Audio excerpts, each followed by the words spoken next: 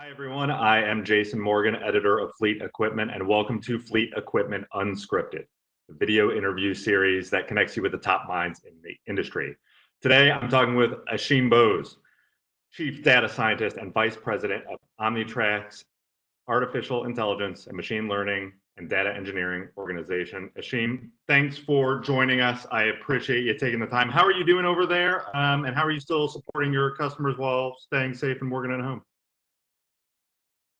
Great to be here. I'm doing great. Given the circumstances, we are definitely, as the most companies are, in primarily a work from home environment. In some ways, it brings even more focus to what we do on a day-to-day basis, support our customers. And, in general, the feedback from our customers has been that they're extremely appreciative of the support they're getting and the response, in terms of a very difficult time for them as well as for everybody concerned. So on the whole, doing okay and very focused on continuing to support our customers. Very good. Yep. And today we're talking about truck telematics and analyzing that data, maybe giving some tips and advice for fleets that can manage kind of on the short term, spot some trends in behavior, which can be challenging, right? I mean, even on my end, for my work, I watch my content analytics all day, and half the time I don't know what it means, and I just get excited about the little stuff. But how do you make a decision on that? How do you spot a trend? And that's what we'll be talking about today. So with that in mind, let's just start there. First question. What are your recommendations for watching and analyzing data in that short term, whether it's real time or just kind of short term analysis? How do you do that, and then what do you look for that could help fleets? Yeah, that's a great question. And there's a lot of different types of data you can look at. Perhaps I should start with something that's extremely relevant right now, which is the COVID-19 related hotspots. And in the business we're in, we are constantly monitoring the locations of our vehicles, customers' vehicles. And so being able to overlay that with COVID-19 related data could be an extremely useful type of scenario to kind of figure out which vehicles are headed into the hot zones, which are headed, to higher risk areas. And then, obviously what that means to the driver in the cab is to be extra careful, perhaps, drive through if possible without making a stop if that's possible.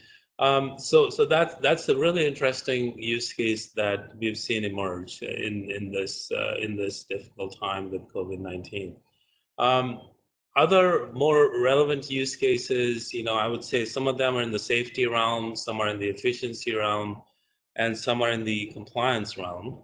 In terms of safety, there is the micro weather related use case, kind of similar to the health use case, but here we are looking at, how is the local weather at a certain spot impacting traffic, impacting potentially safety, etc. If we're in tornado season, a lot of high winds and rain and so on and so forth.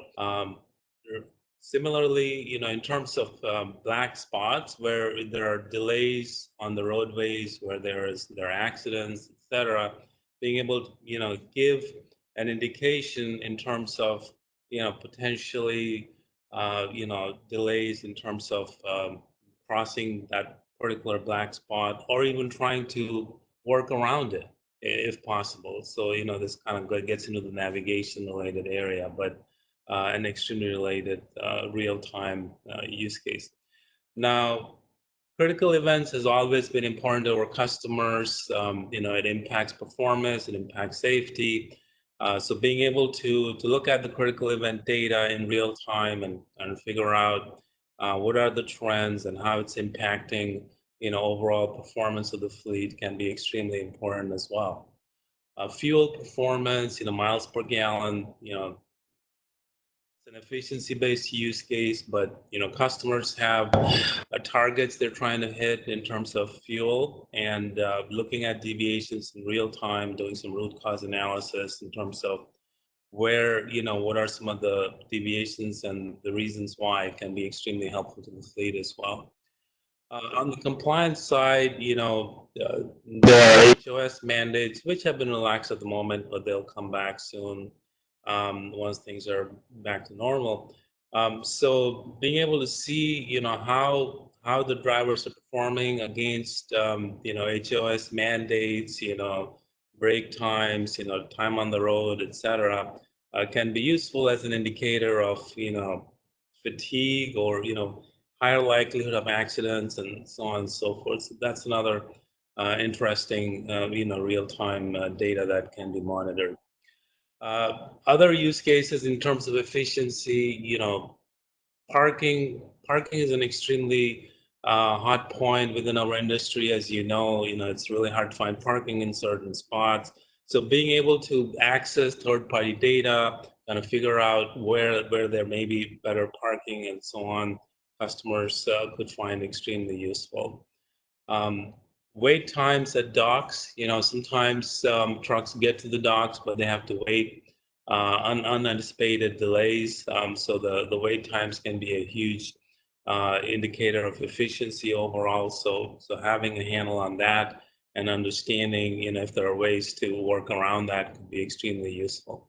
So these are some, examples of use cases based on real-time data, and we keep hearing from customers on these use cases, and we are actively working and executing on them with our customers. Right, right. No, I mean, and all those things that you mentioned, we've talked a lot about this in a lot of the conversations I've been having, but they're all connected, right? Routing is connected to delays at the delivery point, which could be resolved if maybe the driver spent more time at a rest area, at a parking spot, if there's more availability, right? So fleet managers being able to have visibility into this and make the decisions. And so that's kind of what I wanted to follow up on too. Let's take just routing, for example, right? What visibility does the fleet manager see? I mean, is he the one setting the routes? Is he accepting the routes? And then how is the driver seeing that information? Yeah, that's a great question. So this goes into, there is a plan component and then there is the execution component. So in the plan component, it usually happens before the driver is on the road. It's all about what are the stops, what are the routes, and kind of aligning that to HOS and other rules and so on and so forth in terms of, and also driver preferences in terms of their routes. And then there's the execution component, which is more around, this is when you're basically implementing the plan.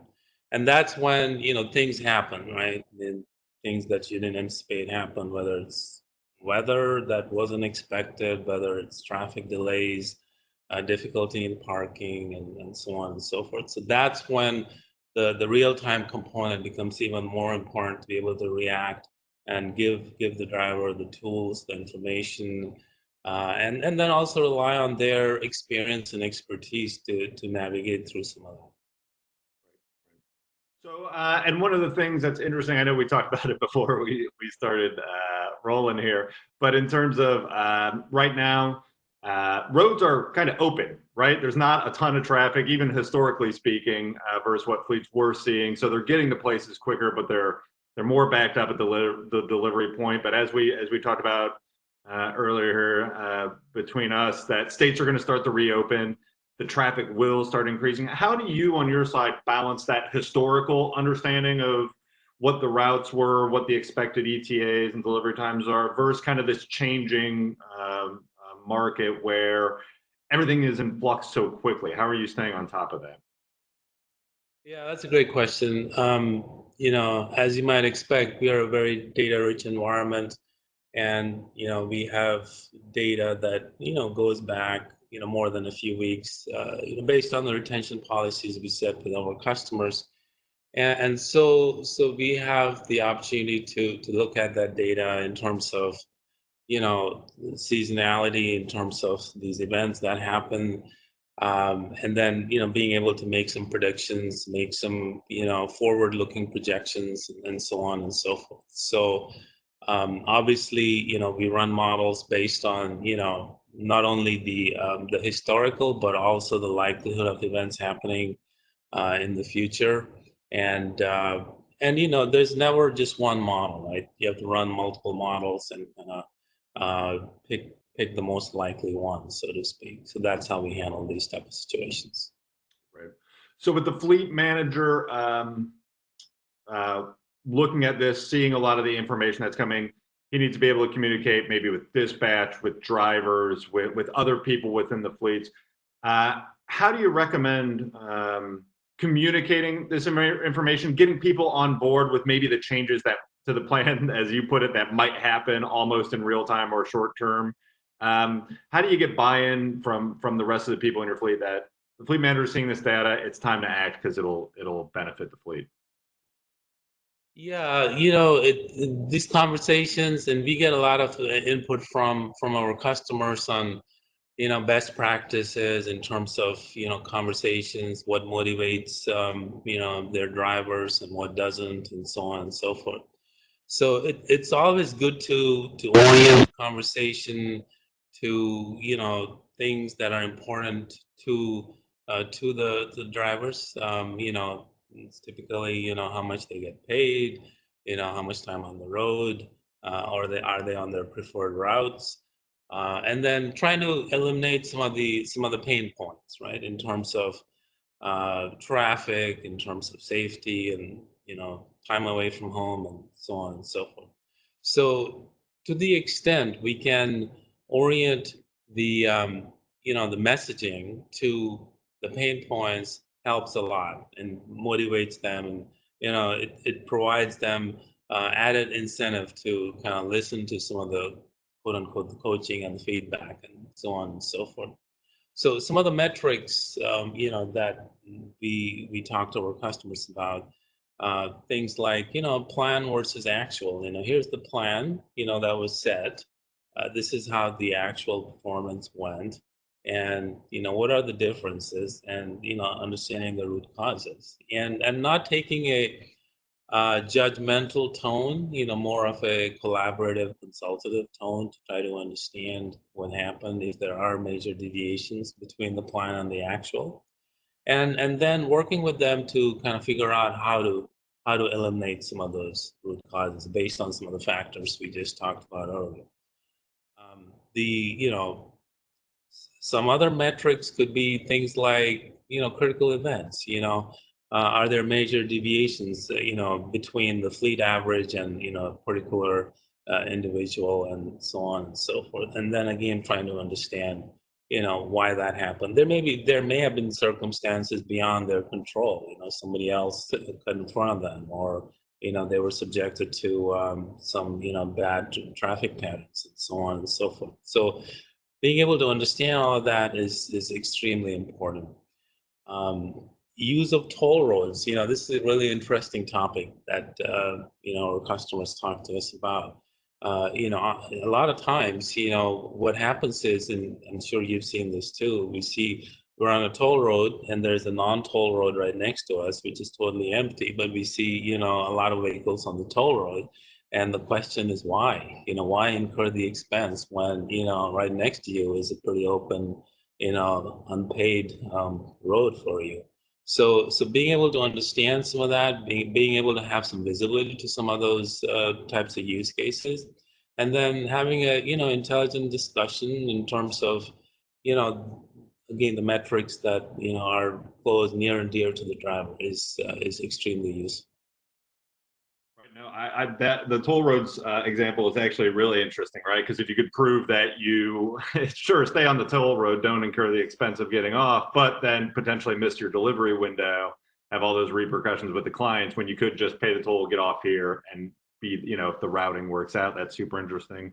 The other point that I think one of the biggest takeaways, even for my understanding in how to talk about data, just as you said, eliminating those pain points, right? Coming at it at that approach to make it real to someone. I know that even when I talk about data, whether it's trucking data with the industry, or even internally with some of my own data, you get the eyes glazed over look, right? It's easy to put a lot of numbers and spreadsheets in front of people. But what could really grab them is this will make your life easier, and this is how we're going to get through it. And then at the end, kind of review how that panned out, right? Review how that worked, what the steps were, and those kind of things. Very valuable. Yeah, absolutely. Understanding, what the motivating factors are, what makes them tick, and then kind of orienting the message to that and presenting the data in a way that's, useful to them. It's not, as you said, a bunch of charts and, tables and so on and so forth, but, make it come alive in terms of, you know, almost like a storytelling type thing, right? Uh, whether it's critical events, whether it's miles per gallon, whether it's deviation from plan.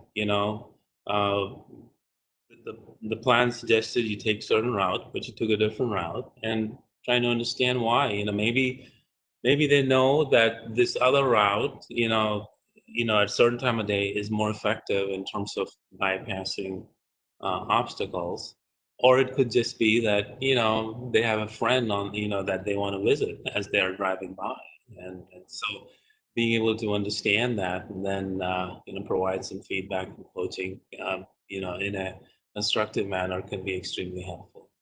For sure. For sure. For sure. Well, Ashim, thanks so much for taking the time to talk today. I really appreciate it. And I'm sure we'll be talking to you again soon. Thank you so much. Enjoyed it. Have a good day.